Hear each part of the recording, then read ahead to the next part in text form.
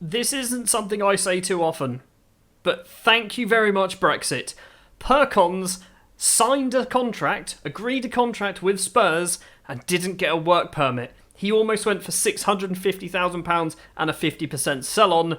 No work permit means he is still at the club. I think the transfer window is still open for the rest of Europe. It is closed for us here in Latvia.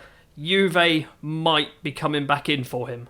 Other bits of transfer business, we have brought in 3 new players and we've spent £210,000 on one of them. Ahmed Diamande. Now, you might look at him and think, Stuart, he's not Latvian. You're right, he's not Latvian, he's Ivorian, but he's going to sit on the bench. The reason is, Zommers is out of contract at the end of the season. I was trying to loan him out. I expected him to go out on loan sort of during January and we'd never see him again. And I didn't have a backup goalkeeper. Diamande is the guy who's going to sit on the bench, basically. Malcolm Jans will be our number 1 goalkeeper for hopefully 5 more years. And yes, I'm aware, Miguel Malo, also not Latvian. He's from Uruguay. The reason why we brought in Malo, firstly, he's pretty good at football. Secondly, I wanted to loan him out, and then he turned up and twisted his ankle, so nobody could have him on loan. But I wanted to bring him in and then loan him out to another team in Latvia, get him some football, but he got injured, so I couldn't do that. But he didn't cost anything. We did buy one Latvian, Nikita Ruggins, who has signed from Valmiera. He was out of contract and was there for 6 months playing without a contract at Valmiera. And I went, you know what? You're too good to not have a contract. So we picked him up. He's going to be in our first team. If Perkins left, Ruggins might have just kind of filled that gap because he is a centre-back. He's not a left-back. He's a centre-back. He's 6'1". He's not the biggest, but I think Ruggins is pretty good as a decent young Latvian centre-back. That's kind of what we're after. There's also, if you can see on the bottom right-hand side, some loan deals as well taking place. Tolstoy's at Rylevs, Sivas, Kramans and Salmons all going out on various loan deals around Latvia, which is what we want to be seeing. Now, we're not quite at the Porto games yet, but we have played a lot of football in between episodes. And we are still currently undefeated in the league. You can see there we have been knocked out of the Winter Cup on penalties. I mentioned that in the last episode. We are hopefully going to be getting our way through to the normal FA Cup final very, very soon. We're going to go forward to the first Porto game, the 17th of February, away from home. I think we can do it. Well, balls. We've gone forward about 2 days. And yeah, Perkins has left and he's gone to PSG. Great. We've got £650,000 for Perkins and a 50% sell-on and a friendly. So we've got something out of it. Can we loan him back? The total cost of the loan deal will be £725,000. I'm probably not going to go through with this. I just want to see if he'll do it. No, he doesn't want to come back. That's fair enough. So we have finally made it to Portugal to play our first match against Porto. Porto, by the way, were one of the teams that did come in for Perkins. Obviously, he decided to go over to PSG because he loves money, which is fair enough. There's the starting 11 that we're going to go for. I do kind of fancy my chances. I'm not fully hopeful, but I think we can do something. I think we can possibly get ourselves a draw here and then maybe win back in Latvia.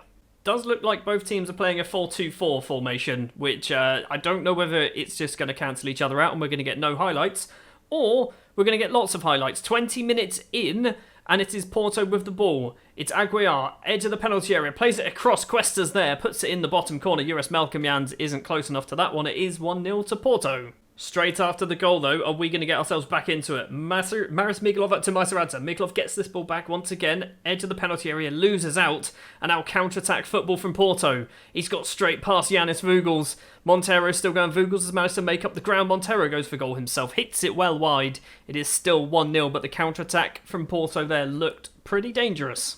Corner for Porto now. Forrest takes it towards the back post. It's off the line from Majsaradze. Stefan Harkins is going to keep this ball alive. I think the highlight was from the corner, so I'm expecting us to just lose the ball. Stefan Harkins keeps hold of it for the moment. Needs some support. Down to the left-hand side. He's been tackled by Denny. It's going to be a throw, and I think I was right. Ruiz with the ball in his hand then. 32nd minute. Kicks it long, but very low to the ground. Guidice, maybe? Guidice? Possibly with the ball. To Tete. I assume that's Kenny Tete on the right-hand side. Miklov's gone over with him. Cuesta, the goal scorer, on the right as well. Tete with loads and loads of space. His effort isn't very good, though. Goes wide of Malcolm Jans' post. It is still 1-0 to Porto. And we haven't been very good so far. Majsaradze to Tahi. Abdul Samad doesn't get there. And now Montero. He can possibly break. Through ball to Sieb. On the right-hand side, he's got Frankie Dow with him. Sieb's going to go for goal himself. It is blocked by Frankie Dow, and it's going to be a corner. Tete to take it. It's towards the front post. Malcolm Jans can hold on to that headed effort. It's hopefully going to take us straight to half-time. We haven't been very good. We've had a shot on target, though. Not quite at half-time. We've got about a minute of injury time to play. Majsaradze with this. To Smirnovs. Still inside his own half for the moment. Plays around. He's playing around too much on the ball there, isn't he? Abdul Samad has it. He's also dicking about as well. It's now Maris Mikulov. Abdul Samad. Over onto the left-hand side is Majsaradze. Is he going to run with it? What are you doing? Back to Mikulov. Mikulov, ball forward to Taihi. Taihi back to Mikulov once again. Now Abdul Samad. Smirnov's on the left. We're passing it, but we're slowly making ground. It's James Forrest, heads it across and it's cleared. Kevin Bossard picks this up. We've got 10 seconds. Is there an actual highlight going on here? Taihi's in a goal here. There's the highlight. I think he was offside. We are getting some VAR and he was offside. Of course he was. It is 1-0 to Porto then at half-time. Let's give him a talk and let's say it's time to dig in. It's time to dig in. And then I'm going to say to the wingers who have been absolutely garbage, I'm furious.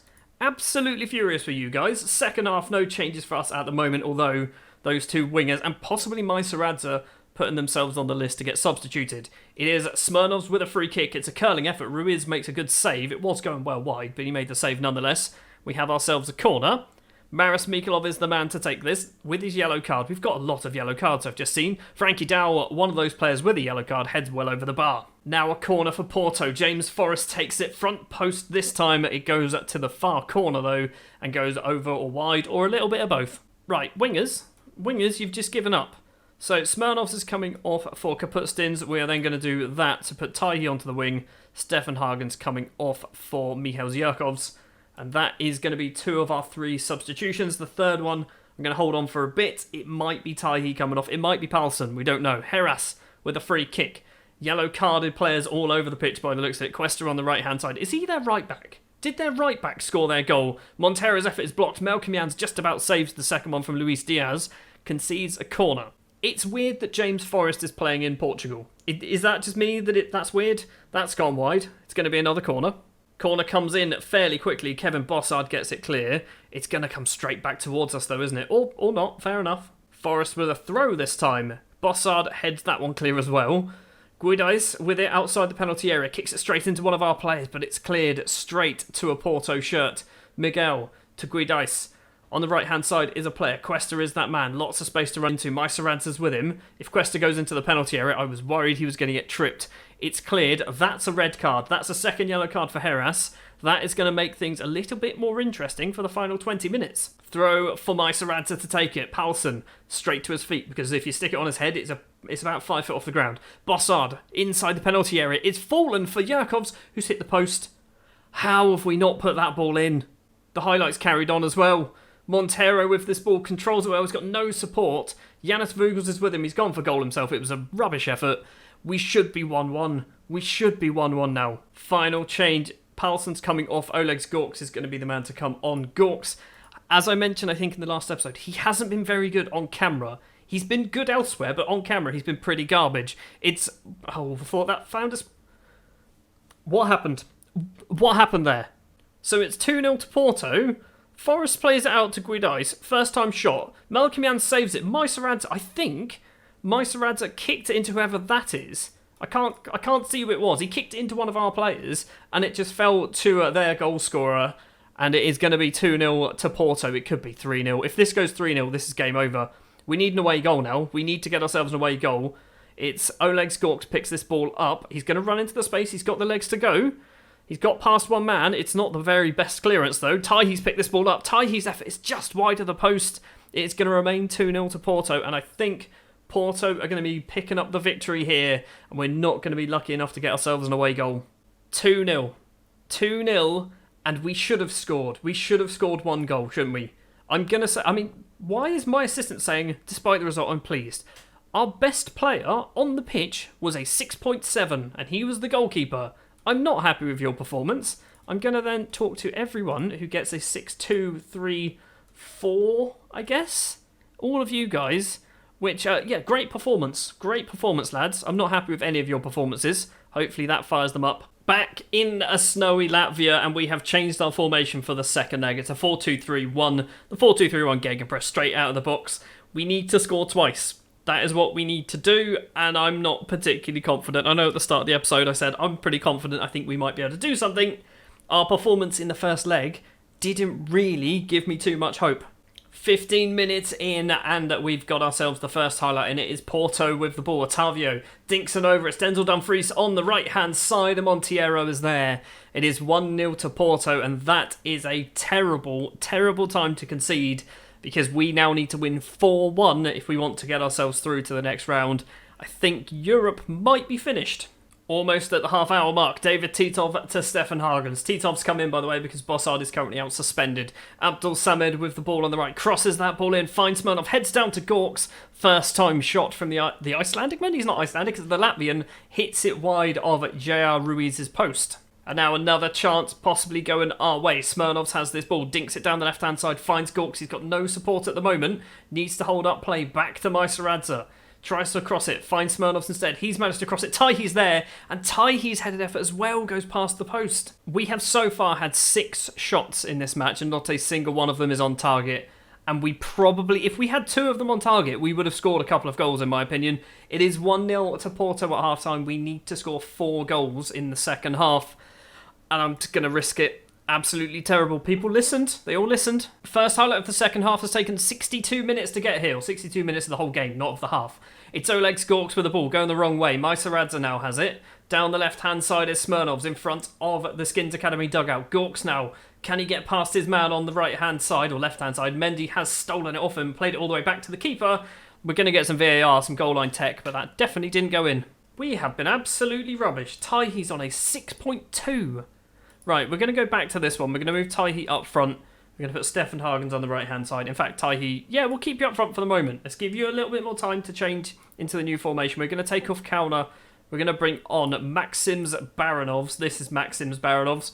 He's going to be making his Europa League debut. I bet he's going to have a lovely time, considering we're 1-0 down and we need 4 goals. Free kick for Porto, and it does look like Baranovs was the man to concede it. It's a very good position as well. Aguiar takes it. It's a curling effort. Hits it wide of Malcolm Janz's post. It is still 1-0 to Porto. 3-0 in aggregate. It's done, isn't it? It's definitely over.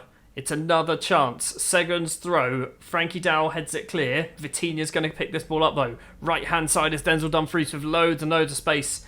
Is he going to cross it? Plays it all the way back to Vitinha. Dumfries now more space. It's taken a deflection of Titov, I think it was. And we've managed to scuff the ball clear. 8 minutes of normal time to score 4 goals. It's possible. We probably need to score one in this attack. Abdul Samad to Stefan Hagens. He's going to run forward with this ball. We need to get ourselves... I've just remembered coefficients. Let's get a draw. We need 1 goal just to get the draw. Let's forget about getting through. We need the coefficient points, otherwise we're losing.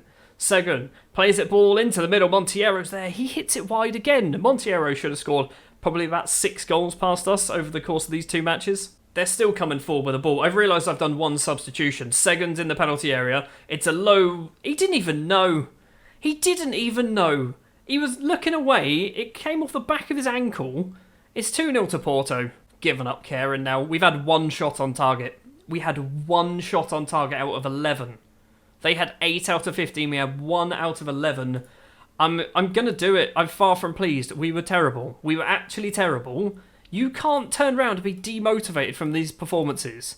Like, you were awful. Well, Europe is over. I don't think we go into the Europa Conference League. We've been knocked out of the first knockout round, which isn't ideal. And I think, I'm not 100% certain, but I think we have dropped down when it comes to coefficients. We will take a quick look in just a second. So, coefficient points then, it is 4.250 for Latvia. What does that mean? I'm hoping it means we don't move anywhere. We don't move anywhere. Fair enough. That's not terrible. That is not the end of the world. Next season is going to be a big, big season because we are losing a 2.875. If we can get 4 or above, which we should be able to do, we've done that for the last 4 seasons, that is going to be a massive improvement when it comes to the coefficients. And we're probably going to be around here, so we might actually move ourselves up to maybe 19th, 18th place in the table. That is going to do it for this episode. Next episode, we are going to take a look at our youth intake, which I'm having a quick look here, what we're expecting. It's not a golden generation, so don't worry too much about that. We're also going to finish off the season as well, but thank you very much for watching this one. If you did enjoy, like, subscribe, and all that fun, fancy YouTube stuff, and I'll be back next time with the final episode of Season 7. 6, 7, one of them, can't remember. See you next time.